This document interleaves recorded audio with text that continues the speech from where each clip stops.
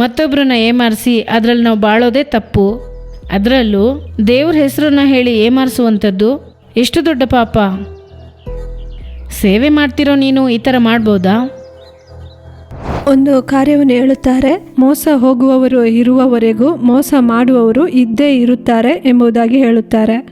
ಆದರೆ ದೇವರ ಮಕ್ಕಳಾಗಿರುವ ನಾವು ವಂಚನೆಗೆ ಒಳಗಾಗಬಾರದು, ವಂಚನೆ ಮಾಡಲು ಬಾರದು.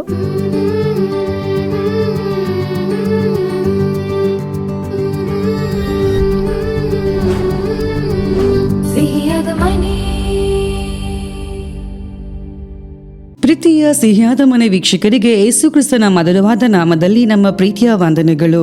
ಮತ್ತೊಮ್ಮೆ ಈ ಸಿಹಿಯಾದ ಮನೆ ಕಾರ್ಯಕ್ರಮದ ಮೂಲಕ ನಿಮ್ಮನ್ನ ಸಂಧಿಸುವುದರಲ್ಲಿ ನಾವು ಬಹಳ ಸಂತೋಷ ಪಡುತ್ತೇವೆ. ಕುಟುಂಬಗಳು ಆಶೀರ್ವಿಸಲ್ಪಡಬೇಕು, ಕುಟುಂಬದಲ್ಲಿ ಉಜ್ಜೀವನ ಉಂಟಾಗಬೇಕು ಎಂಬಂತಹ ಒಂದು ದೊಡ್ಡ ಉದ್ದೇಶದಿಂದ ದೇವರಾದ ಯೇಸುಕ್ರಿಸ್ತನೇ ಈ ಕಾರ್ಯಕ್ರಮವನ್ನು ಆರಂಭಿಸಿ ನಡೆಸುತ್ತಾ ಇದ್ದಾನೆ. ಈ ದಿನದಲ್ಲಿ ಯಾರನ್ನು ವಂಚಿಸಬೇಡ ಎಂಬ ಶೀರ್ಷಿಕೆಯಲ್ಲಿ ನಾವು ಕಾರ್ಯಕ್ರಮಗಳನ್ನ ನೋಡಲಿದ್ದೇವೆ. ಆಸೆ ಮಾತುಗಳನ್ನ ಹಾಡಿ ಹಣವಂಚನೆ ಮಾಡುವವರು, ತಮ್ಮ ಪರಿತಾಪದ ಅವಸ್ಥೆಗಳನ್ನ ತೋರಿಸಿ ಹಣವನ್ನ ಕೇಳುವಂತವರು ಹೇರಳವಾಗಿ ಹೆಚ್ಚಿದ್ದಾರೆ. ಈ ಲೋಕದಲ್ಲಿ ವಂಚನೆಗೆ ಒಳಗಾಗುವವರು ಇರುವವರೆಗೂ ವಂಚಿಸುವಂತವರು ಇದ್ದೇ ಇರುತ್ತಾರೆ. ದೇವರ ಮಕ್ಕಳಾಗಿರುವ ನಾವು ಸರ್ಪದ ಹಾಗೆ ಜ್ಞಾನವಂತರು, ಯಾರನ್ನು ವಂಚಿಸಬೇಕು ಎಂಬಂತಹ ಯೋಚನೆ ಇಲ್ಲದವರು ಆಗಿರಬೇಕು. ಯಾಕೆಂದರೆ ಮನುಷ್ಯನು ಏನನ್ನು ಬೆತ್ತುತ್ತಾನೋ ಅದನ್ನೇ ಕೊಯ್ಯುತ್ತಾನೆ. ಈಗ ನಾವು ಜ್ಯೋತಿಯ ನಾಟಕವನ್ನ ನೋಡೋಣವಾ?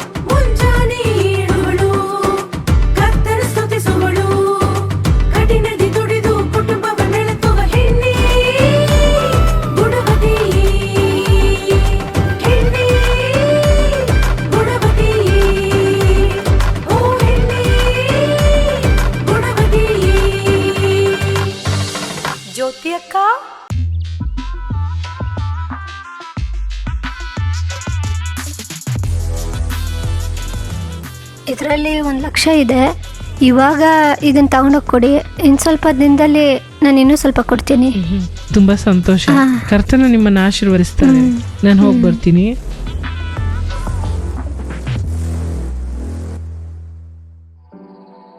ಏನಂದ್ರೆ ವೃದ್ಧಾಶ್ರಮಕ್ಕೆ 1,00,000 ಕೊಟ್ಬಿಟ್ಟೆ.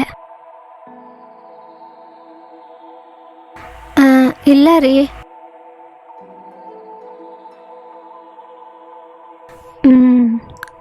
ಸರಿ ರೀ, ನಾಳೆ ಹೋಗಿ ನೋಡ್ಕೊ ಬರ್ತೀನಿ.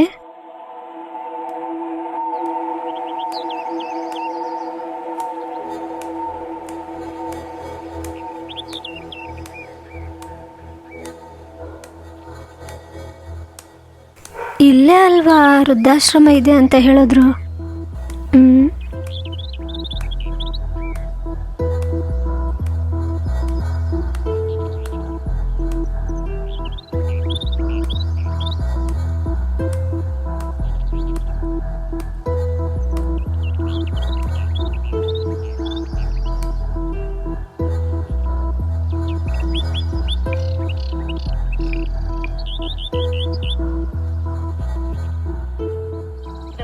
number you have dialed is currently not reachable. Please try again later.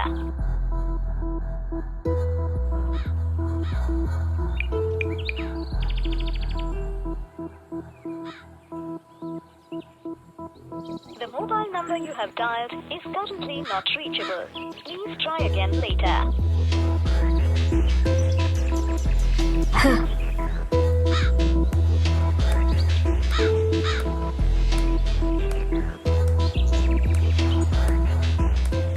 ಎಲ್ಲಿದೆ?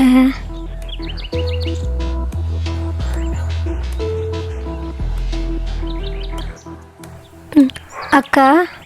ಏನ್ ಸುಬ್ಬಿ, ಏನೋ ಹುಡುಕ್ತಿರೋ ಥರ ಇದೆ. ಅಕ್ಕ, ಇಲ್ಲಿ ವೃದ್ಧಾಶ್ರಮ ಇದೆ ಅಂತ ಹೇಳಿದ್ರು, ಅದನ್ನು ನೋಡೋದಕ್ಕೆ ಬಂದೆ ಅಕ್ಕ. ವೃದ್ಧಾಶ್ರಮ ಇತ್ತಾ? ಇಲ್ಲ ಅಕ್ಕ. ದೇವರು ನಿನ್ನನ್ನೇ ತೋರಿಸಿದ್ರು ಅಂತ ಹೇಳಿರ್ತಾರಲ್ಲ. ಅಕ್ಕ, ಈ ಥರ ಬೆಳ್ಳಗಿರೋದೆಲ್ಲ ಹಾಲು ಅಂತ ನಂಬ್ತೀಯಲ್ಲ ಸುಬ್ಬಿ. ನಿನಗೇನು ಹೇಳಬೇಕು ಅಂತಲೇ ಗೊತ್ತಾಗ್ತಿಲ್ಲ. ನೀನು ತಕ್ಷಣ ಎಲ್ಲರನ್ನೂ ನಂಬಿಡ್ತೀಯ. ಏನು ಎತ್ತ ಅಂತ ವಿಚಾರಿಸೋದೇ ಇಲ್ಲ. ಅಕ್ಕ, ಸೇವೆ ತಾನೇ ಮಾಡ್ತಿದ್ದಾರೆ ಅಂತ. ಸುಬ್ಬಿ, ಎಲ್ಲರೂ ನಂಬಿಗಸ್ತರಾಗಿ ಸೇವೆ ಮಾಡ್ತಾ ಇದ್ದಾರಾ ಅಂದರೆ ಇಲ್ಲಮ್ಮ. ಕೆಲವರು ಹಣಕ್ಕಾಗಿ ಕೀರ್ತಿಗಾಗಿ ಸೇವೆ ಮಾಡ್ತಿದ್ದಾರೆ. ಅದಕ್ಕೆ ಸೇವೆಗೆ ಬರ್ತಾರೆ. ಎಲ್ರೂ ನಂಬೇಡಮ್ಮ.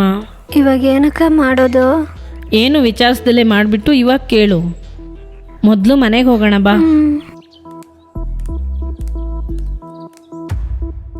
ಇವಾಗ ಏನು ಮಾಡೋಣ ಅಕ್ಕ? ಜ್ಯೋತಿ, ಆ ಬೇಕಂದ್ರೆ ನಾವು ಪೊಲೀಸ್ ಕಂಪ್ಲೇಂಟ್ ಕೊಡೋಣವಾ? ಬೇಡ ಅಪ್ಪ, ಅದು ನಮ್ಮನ್ನೇ ನಾವು ಅಸಹ್ಯ ಪಡಿಸ್ಕೊಳ್ಳೋದಕ್ಕೆ ಸಮಾನ. ಅದು ಅಲ್ದಲೇ ಅವನು ನನ್ನ ಫ್ರೆಂಡ್ ಬೇರೆ. ಅವನ ಹತ್ರ ಮಾತಾಡ್ತೀನಿ. ಅವನ ಹೆಂಡತಿ ಮಾಡಿದ್ದು ಅವನಿಗೆ ಗೊತ್ತೋ ಇಲ್ವೋ? ಅದು ಸರಿನೇ ಅಮ್ಮ.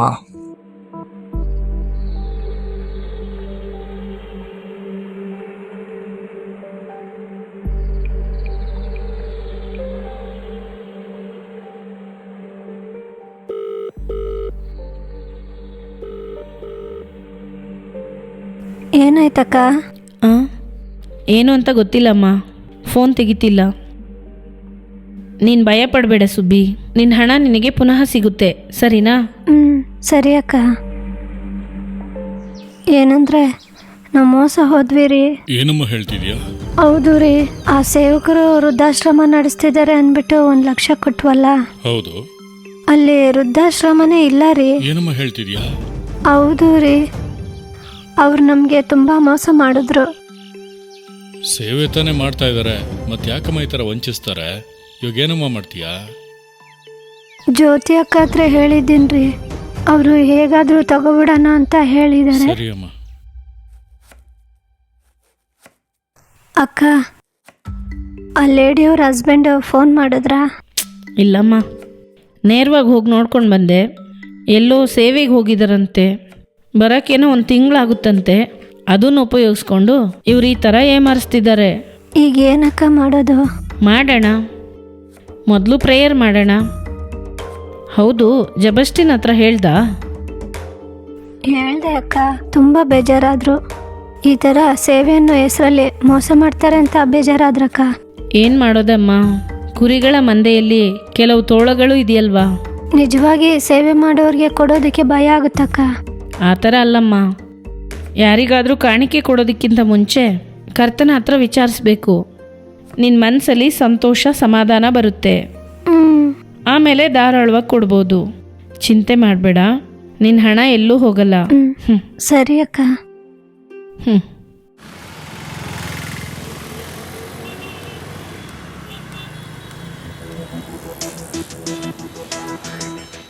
ಅವಳ ಥರನೇ ಇದ್ದಾರಲ್ಲ. ಅವಳೇ. ಅಕ್ಕಗೆ ಫೋನ್ ಮಾಡೋಣ.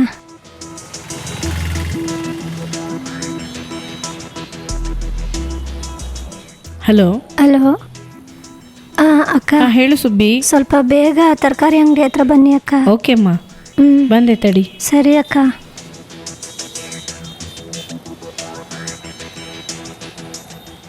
ಏನು ಸುಬ್ಬಿ? ಅಲ್ಲಿ ನೋಡಿ. ನೀನು ಇಲ್ಲೇ ಇರು, ನಾನು ಹೋಗಿ ಮಾತಾಡ್ಕೊಂಡು ಬರ್ತೀನಿ.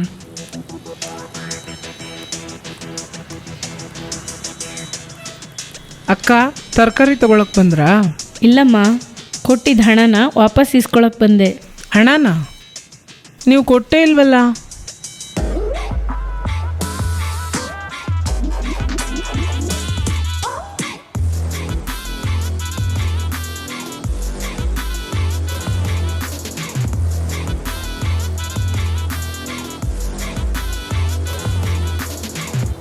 ನೀನು ನಡೆಸ್ತಿರೋ ವೃದ್ಧಾಶ್ರಮ ಎಲ್ಲಿದೆಯಮ್ಮ? ಅಲ್ಲೇ ಇದೆ ಅಕ್ಕ. ಸುಳ್ಳು ಹೇಳ್ಬೇಡಿ. ನೀವು ಹೇಳಿದ ಜಾಗದಲ್ಲಿ ವೃದ್ಧಾಶ್ರಮನೇ ಇಲ್ಲ. ಯಾಕೆ ದೇವ್ರ ಹೆಸ್ರು ಹೇಳಿ ಮೋಸ ಮಾಡ್ತೀರಾ? ನಿಮ್ಗೆ ಹಣ ಬೇಕು ಅಂತ ಕೇಳಿದರೆ ನಾನೇ ಕೊಡ್ತಿದ್ನಲ್ಲ. ನಿಮಗೆ ನಾಚಿಕೆ ಆಗಲ್ವಾ? ಇದು ರಾಜನಿಗೆ ಗೊತ್ತಾ? ಇಲ್ಲ. ಮತ್ತು ಯಾಕಮ್ಮ ಈ ಥರ ಮಾಡಿದೆ? ನೀನು ಮಾಡಿದ್ದು ಎಷ್ಟು ದೊಡ್ಡ ತಪ್ಪು ಗೊತ್ತಾ? ಅದು ಹೇಗಮ್ಮ ಸ್ವಲ್ಪನೂ ಭಯ ಇಲ್ಲದೆ ಸುಳ್ಳು ಹೇಳೋಕ್ಕಾಗುತ್ತೆ? ಅದರಲ್ಲೂ ದೇವರು ನಿಮ್ಮನ್ನೇ ತೋರಿಸಿದ್ದಾರೆ ಅಂತ ಎಲ್ಲರ ಹತ್ರನೂ ಹೇಳಿದ್ಯಾ? ಹೇಗಮ್ಮ ನಿನ್ನ ಅವಶ್ಯಕತೆಗೆ ದೇವ್ರ ಹೆಸರನ್ನ ಉಪಯೋಗಿಸೋಕ್ಕೆ ಹೇಗೆ ಮನಸ್ಸು ಬರುತ್ತೆ?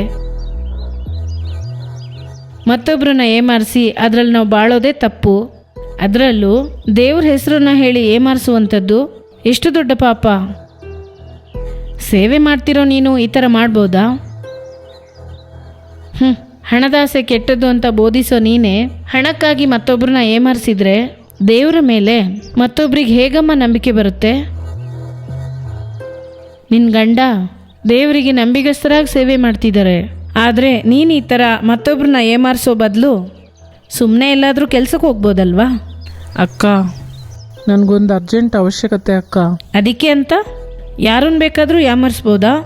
ನಿನಗೆ ಹಣದ ಅವಶ್ಯಕತೆ ಇದೆ ಅಂದರೆ ದೇವ್ರ ಹತ್ರ ಕೇಳು, ಪ್ರಾರ್ಥನೆ ಮಾಡು. ಅದನ್ನು ಬಿಟ್ಬಿಟ್ಟು ಏಮರ್ಸ್ಬೇಡ. ನಿಮ್ಮ ಥರ ಹಣದಾಸೆ ಹಿಡಿದು ಸೇವಕರು ತಪ್ಪು ಮಾಡೋದ್ರಿಂದನೇ ನೀತಿಯಾಗಿ ಸೇವೆ ಮಾಡೋ ಸೇವಕರು ಕೂಡ ಕೆಟ್ಟ ಹೆಸರು ಬರುತ್ತೆ. ನನ್ನ ಕ್ಷಮಿಸ್ಬಿಡಿ ಅಕ್ಕ, ನಾನು ಈ ಥರ ನಡ್ಕೊಳ್ಳೋದಿಲ್ಲ. ಕ್ಷಮಾಪಣೆ ಸರಿಮ್ಮ.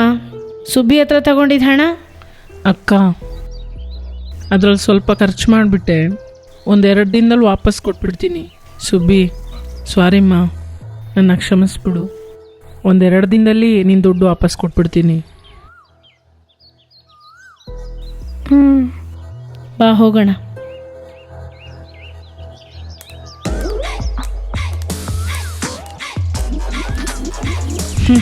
ಅದರಲ್ಲೂ ನಾನು ಹಣನ ವಾಪಸ್ ಕೊಡೋದ?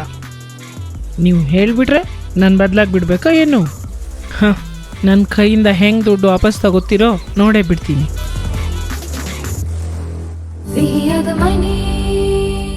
ಇನ್ನು ವೀಕ್ಷಕರೇ, ಜ್ಯೋತಿ ಕರ್ನಾಟಕವನ್ನ ನೋಡಿದೀರಾ? ನಿಮಗೆ ಆಶೀರ್ವಾದವಾಗಿತ್ತಾ? ಈಗ ದೇವರ ವಾಕ್ಯವನ್ನ ಹಂಚಿಕೊಂಡು ನಿಮ್ಮ ಆಶೀರ್ವಾದಕ್ಕಾಗಿ ಪ್ರಾರ್ಥಿಸಲು ಸಹೋದರಿ ವಸಂತಿ ಪಾಲ್ ಅವರು ಸಿದ್ಧರಾಗಿದ್ದಾರೆ. ಪ್ರಾರ್ಥನೆಯೊಂದಿಗೆ ದೇವರ ಸಂದೇಶ ಕೇಳಿರಿ. ದೇವರು ನಿಮ್ಮೊಂದಿಗೆ ಮಾತನಾಡಿ ನಿಮ್ಮನ್ನು ಆಶೀರ್ವದಿಸುವರು.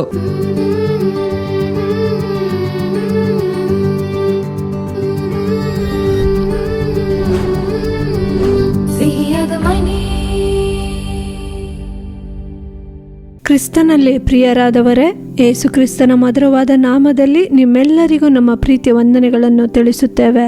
ಈ ದಿನದಲ್ಲಿ ನೀವೆಲ್ಲರೂ ನಮ್ಮೊಂದಿಗೆ ಸೇರಿ ದೇವರ ಸಮ್ಮುಖದಲ್ಲಿ ಕಾದಿದ್ದೀರಿ. ದೇವರು ನಮ್ಮೊಂದಿಗೆ ಮಾತಾಡಬೇಕು, ಯಾವುದನ್ನು ಕುರಿತು ಮಾತಾಡುತ್ತಾರೆ ಎಂಬ ಹಂಬಲದಲ್ಲಿದ್ದೀರಿ. ದೇವರು ಒಂದೊಂದು ವಾರವೂ ಒಂದೊಂದು ಆಲೋಚನೆಗಳನ್ನು ಕೊಟ್ಟು ದೇವರು ಅದರ ಪ್ರಕಾರ ನಮ್ಮನ್ನು ರೂಪಿಸುತ್ತಿದ್ದಾರೆ.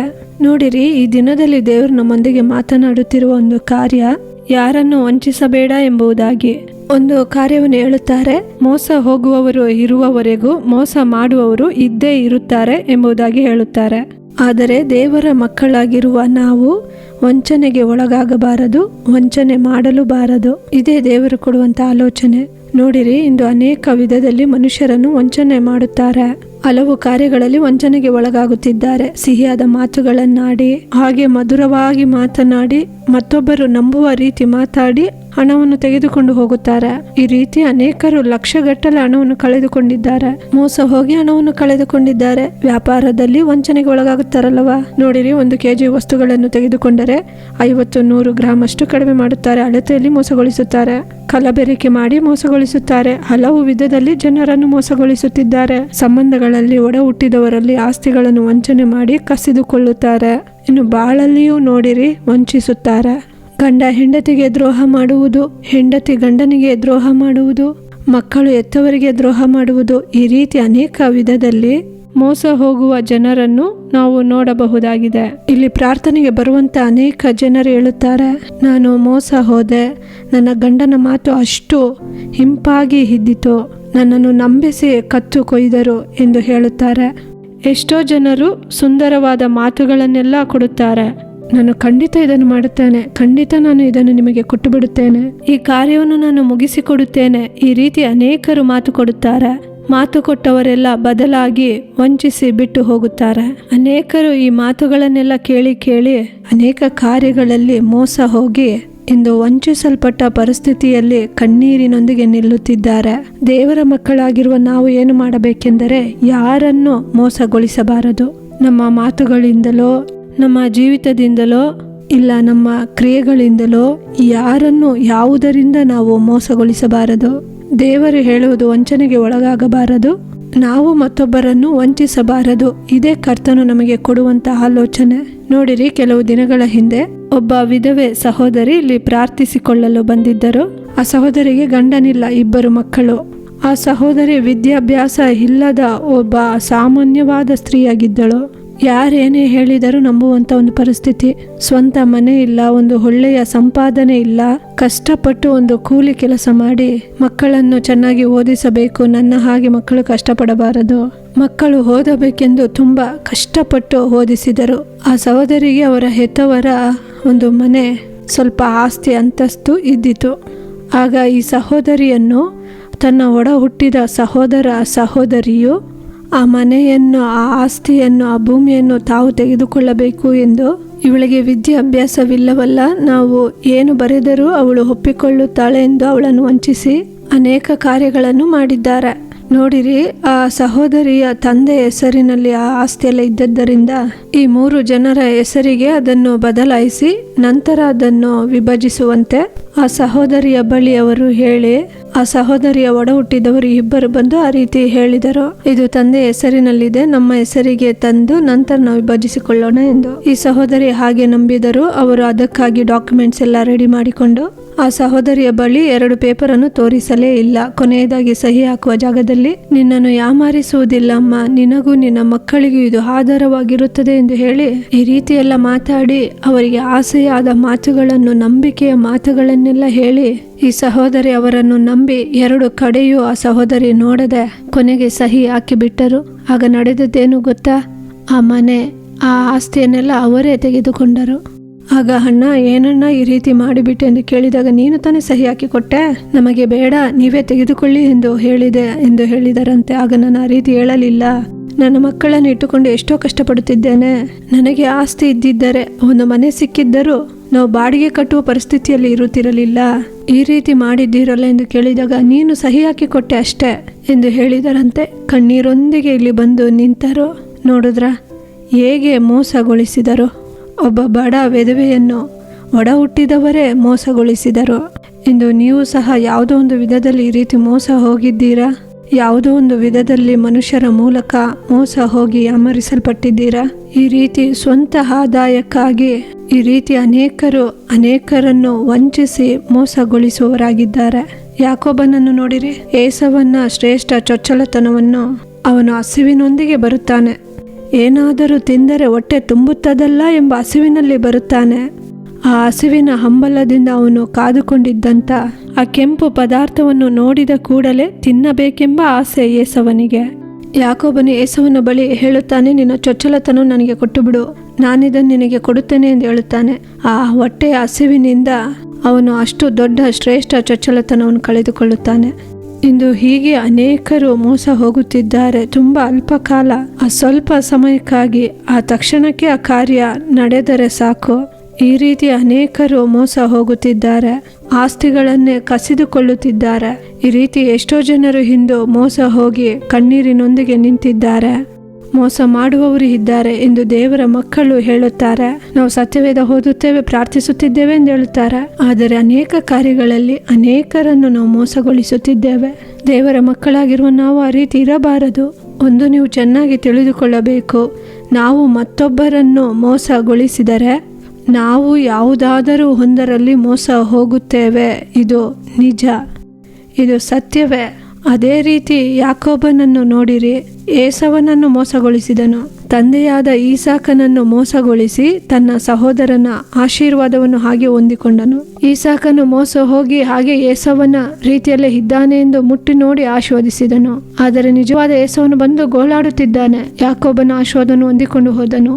ಅದೇ ಯಾಕೋಬನು ತನ್ನ ಮಾವನಾದ ಲಾಬಾನನಿಂದ ಮೋಸ ಹೋದನು.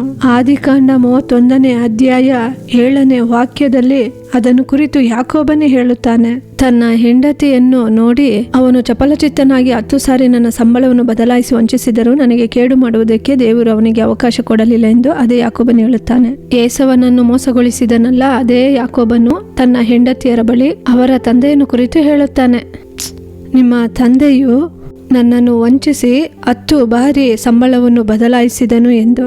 ವಂಚಿಸಿದನಲ್ಲವಾ, ವಂಚನೆಗೆ ಒಳಗಾದನು. ನೋಡಿರಿ, ಕರ್ತನ ಮಕ್ಕಳು ನಾವು ಆ ರೀತಿ ಇರಬಾರದು. ನಾವು ಮತ್ತೊಬ್ಬರನ್ನು ವಂಚಿಸಿದರೆ ನಮ್ಮನ್ನು ಯಾರೋ ಒಬ್ಬರು ಒಂದು ವಿಧದಲ್ಲಿ ವಂಚಿಸುತ್ತಾರೆ. ಅದು ಬೇಡ. ಅದು ಕರ್ತನಿಗೆ ಪ್ರಿಯವಿಲ್ಲದ ಕಾರ್ಯ. ಮುಖ್ಯವಾಗಿ ವಿಶೇಷವಾಗಿ ಒಂದು ಕಾರ್ಯವನ್ನು ನಾವು ತಿಳಿದುಕೊಳ್ಳಬೇಕು. ಕರ್ತನನ್ನು ನಾವು ಯಾಮರಿಸಬಾರದು. ದೇವರು ಹೇಳುತ್ತಾರೆ ಮಲಾಕ್ಯ 3:8, ಮನುಷ್ಯರಾದ ನೀವು ನನ್ನನ್ನು ವಂಚಿಸಿದ್ದೀರಿ, ಯಾವುದರಿಂದ ಎಂದು ಕೇಳುತ್ತೀರಾ? ದಶಾಂಶ ಮತ್ತು ಕಾಣಿಕೆಯಲ್ಲಿಯೇ. ನೋಡಿರಿ, ಅದರಲ್ಲಿ ನಾವು ಮೋಸ ಮಾಡುತ್ತಿದ್ದೇವೆ. ದೇವರು ಎಷ್ಟು ಆಶೀರ್ವಾದ ನಮಗೆ ಕೊಡುತ್ತಿದ್ದಾರೆ. ದಶಾಂಶವನ್ನು ಕೊಡುತ್ತಿದ್ದೇವಾ? ಕರ್ತನಿಗೆ ಸ್ವಂತವಾದದನ್ನು ಕೊಡುತ್ತಿದ್ದೇವಾ? ಕರ್ತನನ್ನು ವಂಚಿಸಿ ಮೋಸ ಮಾಡುತ್ತಿದ್ದೇವಲ್ಲವಾ? ಆಶೀರ್ವಾದವನ್ನು ಹೊಂದಲಾಗುವುದಿಲ್ಲ. ಯಾವುದೋ ಒಂದನ್ನು ಅರಿಕೆ ಮಾಡುತ್ತೇವೆ, ಕರ್ತನಿಗೆ ಅರಿಕೆ ಮಾಡುತ್ತೇವೆ. ಖಂಡಿತ ಪ್ರಾರ್ಥಿಸುತ್ತೇನೆ, 1 ಗಂಟೆ ಕಾಲ ಪ್ರಾರ್ಥಿಸುತ್ತೇನೆ, ದೇಶಕ್ಕಾಗಿ ಪ್ರಾರ್ಥಿಸುತ್ತೇನೆ, ಉಪವಾಸವಿದ್ದು ಪ್ರಾರ್ಥಿಸುತ್ತೇನೆ. ಈ ರೀತಿಯೆಲ್ಲ ನಾವು ದೇವರ ಬಳಿ ಹೋಗಿ ಅರಿಕೆ ಮಾಡುತ್ತೇವೆ. ದೇವರನ್ನು ನಾವು ವಂಚಿಸುತ್ತಿದ್ದೇವೆ. ಆದರೆ ದೇವರು ವಂಚನೆಗೆ ಒಳಗಾಗುವವರಲ್ಲ. ನಾವೇ ವಂಚನೆಗೆ ಒಳಗಾಗುತ್ತಿದ್ದೇವೆ. ಅರಿಕೆ ಮಾಡಿ ಕೊಡದೆ ಹೋಗುತ್ತೇವೆ, ದಶಾಂಶವನ್ನು ಕೊಡದೆ ಹೋಗುತ್ತೇವೆ. ಕರ್ತನ ಮಕ್ಕಳಾಗಿರುವ ನಾವು ಮೊದಲನೆಯದಾಗಿ ಕರ್ತನನ್ನು ನಾವು ವಂಚಿಸಬಾರದು. ಆ ರೀತಿ ವಂಚಿಸಿದರೆ ನಮ್ಮನ್ನು ನಾವೇ ವಂಚಿಸಿಕೊಳ್ಳುತ್ತಿದ್ದೇವೆ ಎಂದರ್ಥ. ಅದರಲ್ಲಿ ಎಚ್ಚರಿಕೆಯಿಂದಿರಬೇಕು. ಅದೇ ರೀತಿ ನಮ್ಮನ್ನು ನಂಬುತ್ತಾರೆ, ನೋಡಿರಿ, ನಿಜವಾಗಿ ನಮ್ಮನ್ನು ನಂಬುತ್ತಾರಲ್ಲ, ನಾವು ವಂಚಿಸಬಾರದು. ನಿಮ್ಮ ಹೆಂಡತಿ ನಿಮ್ಮನ್ನು ನಂಬುತ್ತಾರೆ ಎಲ್ಲ ಕಾರ್ಯದಲ್ಲೂ. ಗಂಡನ ಮಾತನ್ನು ವೇದ ವಾಕ್ಯವಾಗಿ ತೆಗೆದುಕೊಳ್ಳುವ ಎಷ್ಟೋ ಸ್ತ್ರೀಯರು ಇದ್ದಾರೆ. ಮೋಸಗೊಳಿಸುತ್ತಿದ್ದೀರಾ ಪ್ರೀತಿಯ ಸಹೋದರನೇ? ಹೆಂಡತಿಗೆ ಮೋಸ ಮಾಡುತ್ತಿದ್ದೀರಾ? ಪ್ರೀತಿಯ ಹೆಂಡತಿಯರಾಗಿರುವ ಸಹೋದರಿಯರೇ, ನಿಮ್ಮ ಗಂಡನು ಸಂಬಳವನ್ನು ತಂದು ಹಾಗೆ ನಿಮ್ಮ ಕೈಯಲ್ಲಿ ಕೊಡುತ್ತಾರೆ. ನೀವು ನೀತಿಯಾಗಿ ಇದ್ದೀರಾ?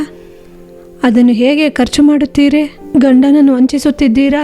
ಮಕ್ಕಳೇ, ಪ್ರೀತಿಯ ಯವನಸ್ಥ ಮಕ್ಕಳೇ, ಚೆನ್ನಾಗಿ ಓದಿಸಬೇಕೆಂದು ಒಳ್ಳೆಯ ಕಾಲೇಜಿಗೆ ಸೇರಿಸಿ ಚೆನ್ನಾಗಿ ಫೀಸ್ ಕಟ್ಟಿ ನಿಮ್ಮನ್ನು ಓದಿಸುತ್ತಿದ್ದಾರೆ. ನೀವು ಅಲ್ಲಿ ಹೋಗಿ ಏನು ಮಾಡುತ್ತಿದ್ದೀರಿ? ತಪ್ಪಾದ ಸಂಪರ್ಕಗಳು, ಮೊಬೈಲ್ಗಳಿಗೆ ಅಡಿಕ್ಷನ್, ತಪ್ಪಾದ ಪಾಪದ ಬಾಳಿಗೆ ದಾಸರಾಗಿ ಹೆತ್ತವರನ್ನು ಮೋಸಗೊಳಿಸುತ್ತಿದ್ದೀರಾ. ಕಾಲೇಜಿಗೆ ಹೋಗುವ ರೀತಿ ಹೋಗಿ ಅಲ್ಲಿ ಹೋಗಿ ನಿಮ್ಮ ಬಾಳು ವ್ಯತ್ಯಾಸವಾಗಿದೆಯಾ? ನೀವೇ ಮೋಸ ಹೋಗುತ್ತೀರಿ. ತುಂಬ ಎಚ್ಚರಿಕೆಯಿಂದಿರಬೇಕು. ನಾವು ಹೆತ್ತವರನ್ನೋ ಗಂಡನನ್ನೋ ಹೆಂಡತಿಯನ್ನೋ ವಂಚಿಸಿದರೆ ನಾವು ವಂಚನೆಗೆ ಗುರಿಯಾಗುತ್ತೇವೆ. ಆದ್ದರಿಂದ ಜಾಗ್ರತೆಯಿಂದ ಇರಬೇಕು. ಇಂದು ದೇವರು ನಮಗೆ ಕಲಿಸಿಕೊಡುವಂತ ಒಂದು ಕಾರ್ಯ, ಯಾರನ್ನು ವಂಚಿಸಬೇಡ, ಯಾರನ್ನು ವಂಚಿಸಬಾರದು. ಅವರು ಎಂಥವರಾಗಿದ್ದರೂ ಸರಿ. ನೋಡಿರಿ, ಅನೇಕ ಇಲಾಖೆಗಳೆಲ್ಲ ಜನರನ್ನು ಮೋಸ ಮಾಡಿ ವಂಚಿಸುತ್ತಿದ್ದಾರೆ. ಆದರೂ ನಮ್ಮ ಜನರಿಗೆ ಯೋಚಿಸುವಂತ ಯೋಚನೆಯೇ ಇಲ್ಲ. ಆಸೆಯಾದ ಮಾತುಗಳು, ಆಸೆಯಾದ ಕಾರ್ಯಗಳನ್ನೆಲ್ಲ ನೋಡಿ ಮೋಸ ಹೋಗಿ ಲಕ್ಷಗಟ್ಟಲೆ ಹಣವನ್ನು ಕಳೆದುಕೊಂಡು ಇಂದು ಸ್ಟ್ರೈಕ್ ಮಾಡುತ್ತಾ ಬೀದಿಗಳಲ್ಲಿ ನಿಂತಿದ್ದಾರೆ. ಏನು ಪ್ರಯೋಜನ? ಅವರು ವಂಚಿಸಿ ಓಡಿ ಹೋಗುತ್ತಾರೆ. ನಾವು ಎಚ್ಚರಿಕೆಯಿಂದಿರಬೇಕು. ನಾವು ಮೋಸ ಮಾಡಬಾರದು, ಮತ್ತೊಬ್ಬರು ನಮ್ಮನ್ನು ಮೋಸಗೊಳಿಸುವ ರೀತಿ ನಾವು ನಡೆದುಕೊಳ್ಳಬಾರದು. ಅದಕ್ಕೆಲ್ಲ ಏನು ಬೇಕೆಂದರೆ ಕರ್ತನ ಕೃಪೆ ಬೇಕು, ಕರ್ತನ ದಯೆ ಬೇಕು. ಕರ್ತನ ಮುಂದೆ ನೀತಿವಂತರಾಗಿ ಇರಬೇಕು. ನೀತಿ ಉಳ್ಳ ಮನುಷ್ಯನು ಪರಿಪೂರ್ಣವಾದ ಆಶೀರ್ವಾದಗಳನ್ನು ಹೊಂದುತ್ತಾನೆ ಎಂದು ನಾವು ಜ್ಞಾನೋಕ್ತಿಗಳಲ್ಲಿ ಓದುತ್ತೇವೆ. ನೀತಿಯಾಗಿ ಇದ್ದೇವಾ? ಮೋಸದ ಹಣ ನಮಗೆ ಬೇಡ. ವಂಚಿಸಿ ಬಾಳಬೇಡ. ಮತ್ತೊಬ್ಬರನ್ನು ಮೋಸಗೊಳಿಸಿ ನಾವು ಬದುಕಿದರೆ ನಾವು ವಂಚನೆಗೆ ಗುರಿಯಾಗುತ್ತೇವೆ. ಆ ಬಾಳು ಬೇಡವೇ ಬೇಡ. ದೇವರು ನಮಗೆ ಇಂದು ಕೊಡುವ ಆಲೋಚನೆ ಅದುವೇ. ದೇವರೇ, ಒಂದು ವೇಳೆ ಇಂತಹ ಸ್ವಭಾವ ನನ್ನಲ್ಲಿರುವುದಾದರೆ, ಯಾವುದಾದರೂ ಒಂದು ವಿಧದಲ್ಲಿ ಕುಟುಂಬದಲ್ಲಿ ಈ ರೀತಿ ಮೋಸಗೊಳಿಸುವವನಾಗಿದ್ದೇನೆ, ಮತ್ತೊಬ್ಬರು ವ್ಯಾಪಾರ ಮಾಡುವ ಸ್ಥಳದಲ್ಲಿ ಇಲ್ಲ ಕೆಲಸದಲ್ಲಿ ಉದ್ಯೋಗದಲ್ಲಿ ಮೋಸ ಹೋಗಿ ಮೋಸ ಮಾಡುವವರಾಗಿದ್ದೀರಾ? ದೇವರು ಇಂದು ನಿನ್ನೊಂದಿಗೆ ಮಾತಾಡುತ್ತಿದ್ದಾರೆ. ಒಪ್ಪಿಸಿಕೊಟ್ಟು ಪ್ರಾರ್ಥಿಸಿರಿ. ನಂಬಿಗಸ್ತರಾಗಿರ್ರಿ. ಸ್ವಲ್ಪದಲ್ಲಿ ನಂಬಿಗಸ್ತರಾಗಿರ್ರಿ. ದೇವರು ನಿಮ್ಮನ್ನು ಎಲ್ಲದರಲ್ಲೂ ಆಶೀರ್ವಾದವಾಗಿ ಇಡುತ್ತಾರೆ. ದೇವರ ಸಮ್ಮುಖದಲ್ಲಿ ಒಪ್ಪಿಸಿಕೊಟ್ಟು ನಾವು ಪ್ರಾರ್ಥಿಸೋಣವಾ? ಕರ್ತನು ನಮಗೆ ಕೊಟ್ಟಂತ ಆಲೋಚನೆಗಾಗಿ ನಾವು ದೇವರಿಗೆ ವಂದನೆ ಹೇಳಿ, ಅಂತಹ ಸ್ವಭಾವ ಇಂದು ನಮ್ಮಲ್ಲಿ ಇರುವುದಾದರೆ ಇಂದು ಒಪ್ಪಿಸಿಕೊಟ್ಟು ಪ್ರಾರ್ಥಿಸಿ ಬದಲಾವಣೆಯನ್ನು ದೇವರಿಂದ ಹೊಂದಿಕೊಳ್ಳೋಣ. ಸಂತೋಷದ ಜೀವಿತವನ್ನು ಜೀವಿಸಿ, ಕರ್ತನ ಮುಂದೆ ಪ್ರಿಯವಾದ ಜೀವಿತವನ್ನು ಜೀವಿಸಿ ಆಶೀರ್ವಾದ ಹೊಂದಿಕೊಳ್ಳೋಣ. ಪ್ರಾರ್ಥಿಸೋಣವಾ? ಪ್ರೀತಿ ಉಳ್ಳ ತಂದೆಯೇ, ನಮಗೆ ಕೊಟ್ಟ ಈ ಒಳ್ಳೆ ಆಲೋಚನೆಗಾಗಿ ನಿಮಗೆ ವಂದನೆ. ಯಾರನ್ನು ವಂಚಿಸಬೇಡ ಎಂದು ನೀವು ಹೇಳಿದ ಪ್ರಕಾರ ಅದನ್ನು ನಾವು ತೆಗೆದುಕೊಂಡು ಇಂದು ಇಂತಹ ಒಂದು ಸ್ವಭಾವದಲ್ಲಿ, ಇಂತಹ ಒಂದು ಮಂದ ಸ್ಥಿತಿಯಲ್ಲಿ, ಇಂತಹ ಒಂದು ತಪ್ಪಾದ ಕಾರ್ಯದಲ್ಲಿ ಒಳಗಾಗಿದ್ದರೆ ದೇವರೇ, ನಿಮ್ಮ ದಯೆಯಿಂದ ಕ್ಷಮಿಸಿ ಅಪ್ಪ. ನಿಮ್ಮ ಜನರೊಂದಿಗೆ ನೀವು ಮಾತನಾಡಿದ್ದೀರಿ, ಒಪ್ಪಿಸಿ ಕೊಡುವವರನ್ನು ಕ್ಷಮಿಸಿ ಬದಲಾಯಿಸಿ ಅಪ್ಪ. ಅವರ ಸ್ವಭಾವದಲ್ಲಿ ಒಂದು ಬದಲಾವಣೆ ಬರಲಿ ದೇವರೇ, ಒಂದು ಒಳ್ಳೆ ಬದಲಾವಣೆ ಬರಲಿ ದೇವರೇ. ಮೋಸಗೊಳಿಸಿ ಬಾಳುವುದೇ ಬಾಳೆಂದು ಬಾಳುತ್ತಿರುವಂತಹ ಅನೇಕರೊಂದಿಗೆ ನೀವು ಮಾತನಾಡುತ್ತಿದ್ದೀರಪ್ಪ. ಇಂದು ಅವರೆಲ್ಲ ತಮ್ಮನ್ನು ಒಪ್ಪಿಸಿಕೊಡುತ್ತಿದ್ದಾರೆ. ಒಳ್ಳೆಯ ಒಂದು ಬದಲಾವಣೆಯನ್ನು ಕೊಡಿರಿ ಅಪ್ಪ. ವೈಯಕ್ತಿಕವಾಗಿ ಬದಲಾವಣೆಯನ್ನು ಕೊಡಿರಿ, ಕುಟುಂಬಗಳಲ್ಲಿ ಬದಲಾವಣೆ ಕೊಡಿರಿ, ಕೆಲಸದಲ್ಲಿ, ಉದ್ಯೋಗದಲ್ಲಿ ಯಜಮಾನರನ್ನು ದೇವರೇ ಅಪ್ಪ ಅವರು ಮೋಸಗೊಳಿಸದಂತೆ ನೀತಿವಂತರಾಗಿದ್ದು ತನ್ನ ಕೆಲಸದಲ್ಲಿ ಅವರು ನಂಬಿಗಸ್ಥರಾಗಿದ್ದು ಕರ್ತನ ಆಶೀರ್ವಾದಗಳನ್ನು ಹೊಂದಿಕೊಳ್ಳುವಂತೆ ಕರ್ತನೆ ನೀವು ಸಹಾಯ ಮಾಡಿರಿ ಅಪ್ಪ.